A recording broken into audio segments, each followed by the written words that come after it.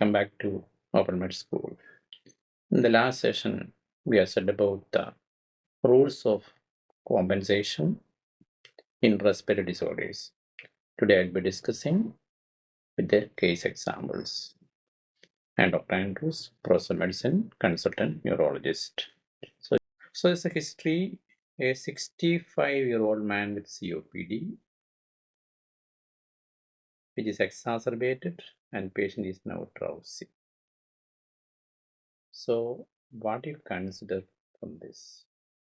So, patient has got COPD and drowsy. Drowsiness in a COPD exacerbation is likely to be due to hypercapnia. This is what we have already mentioned, that we should have an idea regarding the clinical context in which you take the ABG. So, we expect that this patient is likely to be having a respiratory problem, likely to be acidosis due to respiratory acidosis. So with this in mind, we will look at the ABG. So the pH is 7.25. So what does it indicate?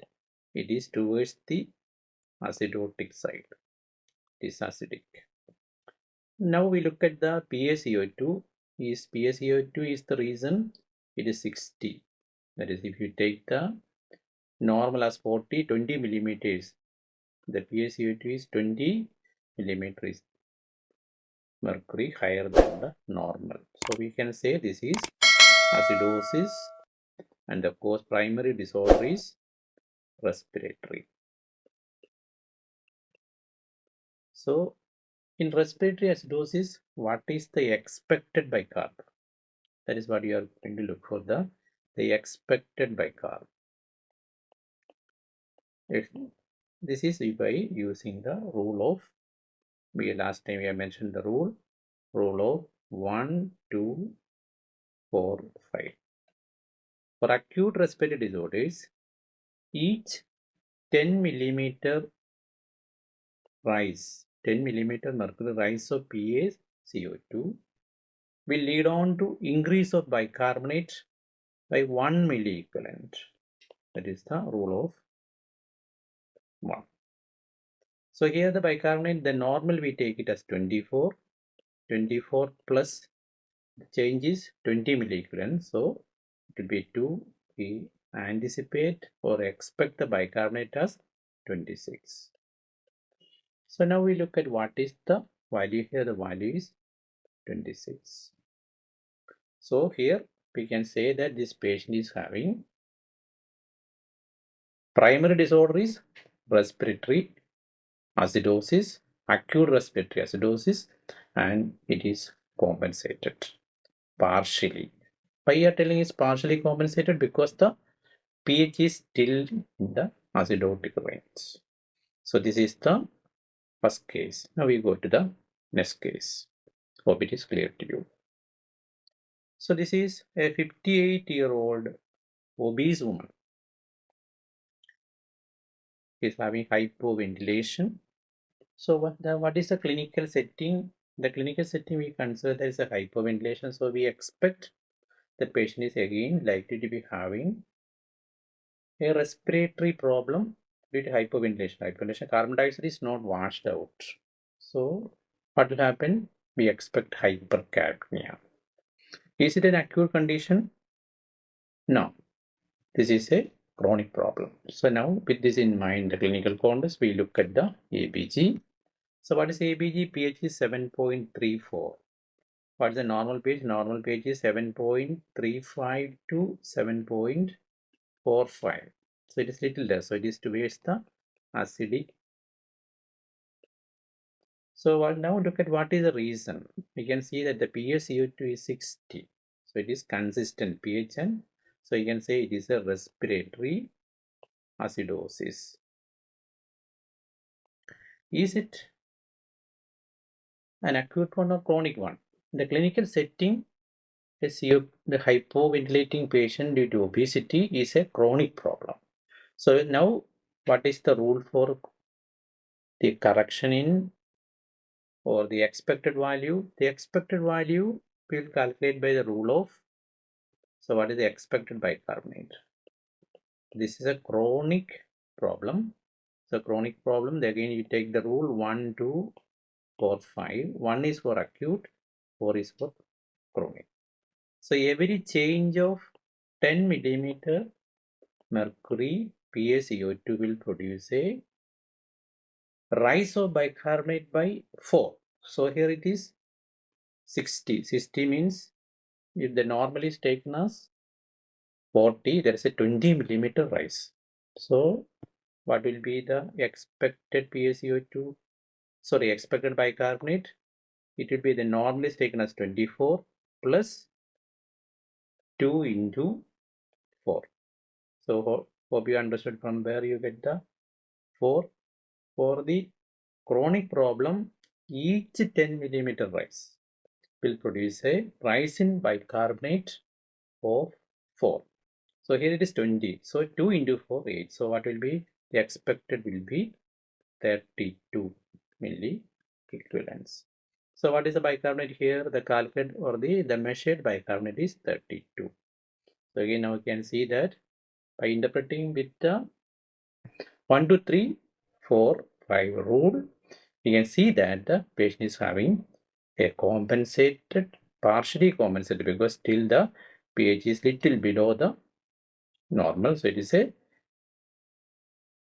chronic respiratory acidosis and it is compensated, and there is no other acid-base disorder because the expected and calculated are same.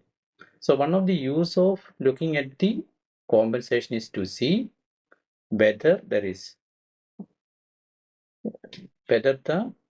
additional acid-base disorder is present. I will explain this with examples next time. So we'll go to the next case.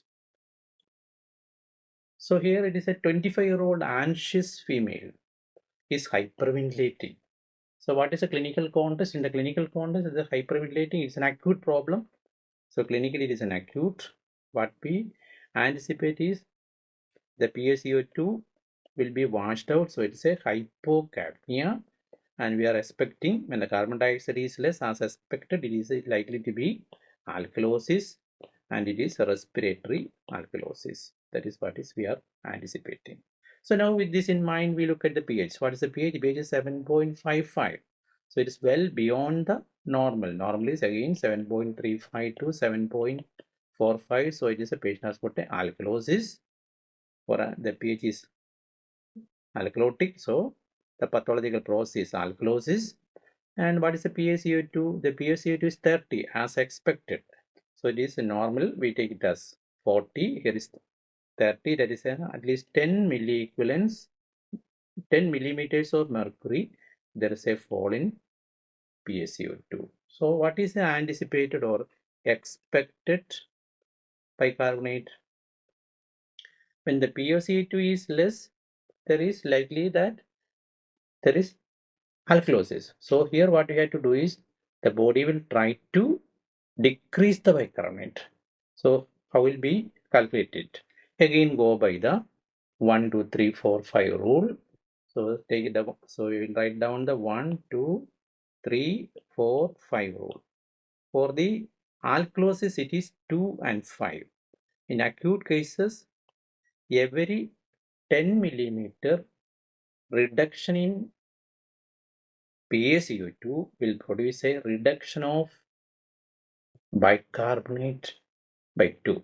So what is the bicarbonate here? The bicarbonate, sorry, what is the carbon dioxide here? The carbon dioxide is 30. It is 10 millimeters of mercury less. So every 10, 2. So we anticipate that the bicarbonate will be decreasing by 2 in this case. So let us see here the bicarbonate value is 22. So we take 24 as the normal. So 24 minus 2 is 22. So the calculated value and for the expected value and the measured value is consistent. So there is no other prime disorder associated with this. So this is a case of acute respiratory alkalosis. Hope it is clear. Now we go to one more case. This is a 32-year-old woman, the third trimester of pregnancy. An ABG was taken. So again, we look at the clinical setting. We know that in pregnancy, especially the third trimester, the respiratory rate will be little higher due to the progesterone effect. So there is a carbon dioxide will be washed out. So it's an acute condition or a chronic condition. It is a chronic condition. So what we expect a chronic respiratory alkalosis. With this in mind, we will look at the ABG. pH is 7.47. So it is higher than 7.45. So you can say the patient is alkalotic. So what is the primary reason? So here the bicarbonate is 30. Again, you can see that is 10 millimeter lesser than expected. So it is consistent with the pH change. So we say that the patient has got a respiratory alkalosis. Now we will be looking at what is the bicarbonate, expected bicarbonate. So how will you calculate? Again, think about the 1, 2, 4, 5 rule.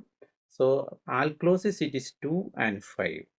So chronic one, it is the change will be 5.